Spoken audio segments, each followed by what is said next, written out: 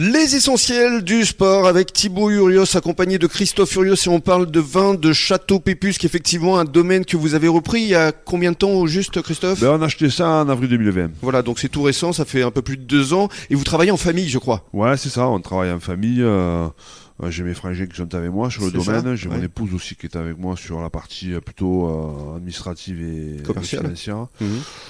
Donc voilà. Parlons justement des différents cépages que vous travaillez là-bas sur votre domaine. Combien d'hectares d'ailleurs ? Donc on a une cinquantaine d'hectares, on est dans le Minervois, dans à 30 minutes de Carcassonne, entre Carcassonne et Narbonne.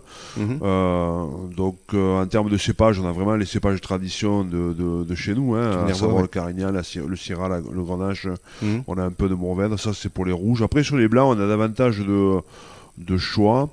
Je pense à la Marsanne, à la Roussanne, du Viognier, du Vermentino, du Sauvignon.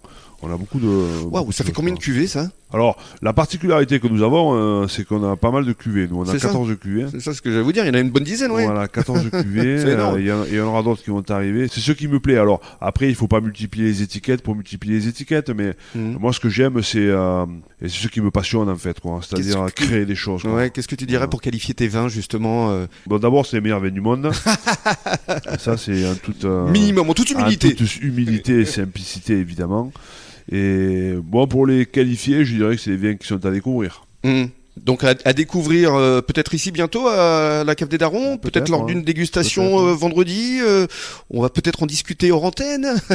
Et alors Thibaut, justement, qu'est-ce que tu dirais toi pour qualifier justement ces vins parce que tu les as goûtés forcément. Ah bah oui, je les ai goûtés bien sûr. Ouais. Alors ils sont tous magnifiques. Ouais, les meilleurs du monde aussi. Ouais, c'est les meilleurs du monde. D'ailleurs, il y a un petit peu de no-tourisme. On peut venir visiter votre chai pour les entreprises, pour les séminaires ou aussi pour les particuliers. Ouais, c'est vrai. On a créé des visites de chai. Alors après, c'est pas.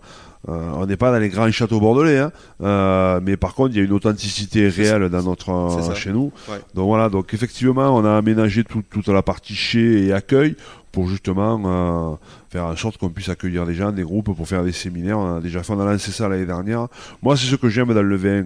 C'est le partage. Voilà, c'est ce partage que j'aime dans ce métier, c'est ça quoi. C'est-à-dire que cette capacité à créer du vin, cette capacité à créer des cuvées qui correspondent à ce que j'aime, mais surtout à ce que recherchent les gens. Donc c'est pour ça qu'on en a pas mal, parce que tous nos vins, toutes nos cuvées ont une vraie particularité, que ce soit à travers les assemblages, les cépages, mais aussi les leuvages, et aussi évidemment la façon de le vendre, quoi, et à travers son packaging. Donc Et ce que je voulais faire au départ, c'était un art de vivre en fait, quoi. C'est ça qui me plaît dans le vin. C'est pas pour faire du vrac ou faire du bib, ça m'intéresse pas. Je dis pas que c'est pas bien, je dis que moi c'est pas ce que je cherche. Ce que je cherche, c'est créer des cuvées qui correspondent à une envie, à une émotion des gens, quoi. C'est ce que j'aime dans ce monde-là.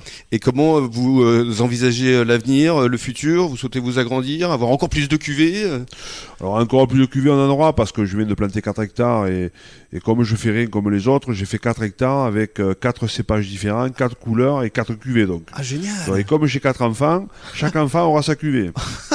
et la cuvée de Thibaut justement, ça on n'a pas encore parlé. Ah, on se mettra autour d'une table et on en parlera. Et les 3 autres, ce sont des garçons alors ? On a 2 garçons, 2 filles. 2 garçons, 2 filles. Waouh. Et les garçons, Ruby, l'autre, il suit les traces ? Bien sûr. Il joue où ? Il joue à Bègle. Il joue à Bègle ? Ouais. Ah bien. Il est resté lui. Il est resté à Bègle, ouais. Mais à l'UBB. Ouais, à Bègle. D'accord. Alors on va conclure avec Thibaut, justement, on va parler d'avenir, parce que c'est vrai que le calendrier est plutôt agréable pour l'année qui arrive là. Ouais, bien sûr. On a fait le plus gros. Oui, parce que battre Pérorade. Après, il faut qu'on assure derrière, quoi. Il y avait c'est de bonne augure. De bonne augure. Et puis il y avait eu un beau match également contre Bagnères de Bigorre, c'était il y a 8 jours, avec un essai marqué, une belle percée. On sent que Thibaut est en pleine confiance là. Ouais.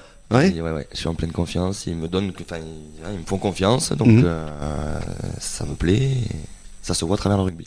Les qualités justement de l'équipe. Les qualités de l'équipe, je dirais le combat. C'est le combat, le collectif. Ouais, exactement. Ouais, parce qu'il y a un certain Aliki Fakaté que je connais bien, qui était dans Mes Jeunes Talents il y a quelques années. Il déménage lui, hein. Ah oui. C'est une sacrée masse. Il est blessé en ce moment, mais bon. Mais on a d'autres joueurs qui compensent. Quand il est là, voilà, ça se sent. Donc le prochain match, ce sera quand ? Ce sera mi-janvier a priori. Ouais. Ce sera début contre janvier, on va à Saint-Médard. Saint-Médard-en-Jalles, déplacement, et ensuite il y a un accueil d'Oleron. Et le 29, un certain derby. contre Gujan. Ouais, exact. Ouais, toutes ces équipes sont, Elles sont derrière en dessous de vous. nous, mais bon, c'est pas fait. Oui, C'est pas fait. mais rien n'est jamais fait en rugby. Hein. Exactement. C'est pas à Christophe ou à Thibaut que je vais l'apprendre. Hein. C'est clair, c'est clair. Donc ça veut dire que là vous êtes actuellement 6e, Là, je on crois. est 6e exécutif. Ouais, 6e. Et vous avez un certain On capital gratte, point. Ouais, après on est tous collés quoi. Le problème c'est que d'une journée à l'autre, on peut passer 7e ou passer 3e. Donc, Ouais, mais comme le calendrier est favorable, a priori. logiquement, oui. Logiquement. Mais est-ce qu'il y a On une va pas logique dans le rugby, monsieur Christophe? C'est la vraie question. Le calendrier, il faut faire attention. Le calendrier, il est bon quand tu gagnes les matchs. Et il est pas bon quand tu les gagnes pas. Donc il vaut mieux le voir après, en fait, le calendrier. Ouais, voilà, il faut. Ouais, Ce qui est important, c'est que pour une équipe qui monte, parce que ça, c'est quand même une équipe qui monte, Aussi. et c'est déjà être capable de se maintenir. de se bagarrer, voilà, de se maintenir, mais aussi de se bagarrer pour la qualification, parce qu'on peut avoir de l'ambition quand même. Donc voilà, donc ça c'est bien, et je trouve que. Encore une fois, ce que j'aime, moi, c'est être en accord et aligné avec ce qu'est le club, quoi. Et ça, effectivement, Thibaut en a parlé, c'est un club de village, c'est un club de territoire, c'est un club de combat. Et ils défendent ces valeurs-là. Pas que, parce qu'ils sont capables de produire du bon rugby, même si je ne les ai pas encore vus. Mais ils sont alignés avec ce qu'ils sont. Et moi, c'est ce que j'aime chez les gens, quoi. Et merci beaucoup à tous les deux d'être venus. C'était un vrai plaisir de vous avoir réunis autour de cette table, dans ce bel endroit, la cave des Darons. Vous connaissiez pas, hein? Bah, moi j'étais venu la dernière fois, mais c'est tout. Je connaissais pas. Non, avant. Voilà. Ouais. Hein, très belle cave. Non, je connaissais pas non plus. Bel endroit, hein? Ouais, c'est bel endroit. Merci beaucoup, messieurs Urios. Merci. Passez un bon début de soirée à l'écoute de la radio des Essentiels du Bassin.